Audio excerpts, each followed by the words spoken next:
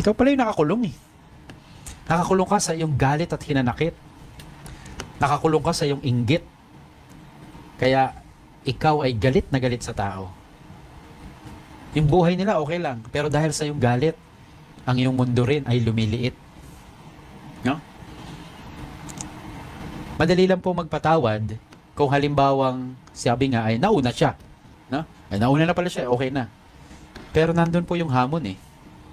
Na yung pagpapatawad ay hindi isang bagay na makatao. Maka-Diyos naman talaga yun eh. Sa Diyos talaga yun eh. No? It's a divine gesture. Forgiveness. No? And by the way, let me also remind you, forgiveness is not an option, but rather a gospel mandate. Baka ho iniisip kasi natin, ay tingnan ko kung mapapatawad kita. Ano pa ba ibang option? Yung hindi kita patawarin. Well, wait. Forgiveness is not an option.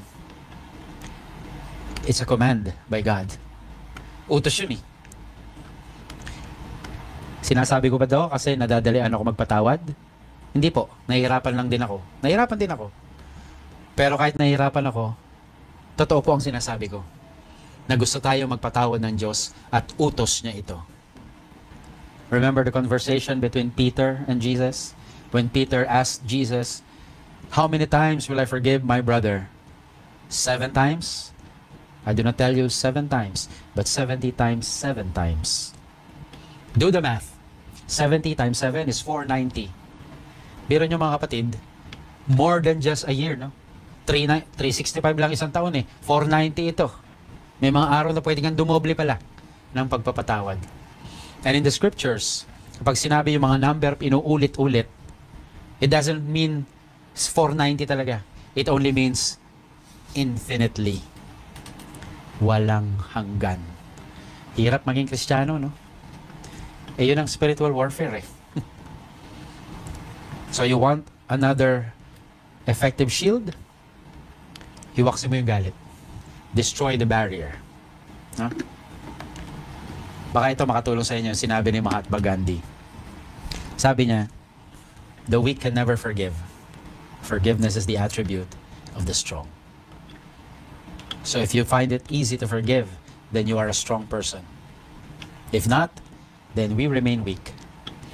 After all, my dear friends, kaya ho takot na takot ang Diablo sa mga nagbabate, sa mga nagsasama uli, sa mga winawasak yung mga hadlang para sila ay magkasama. Kaya takot ang Diablo daw. Why? Because it entails, all this entail humility. And as I've told you, my dear friends, if the favorite sin of the devil is pride, then the devil must hate humble people. Grabe.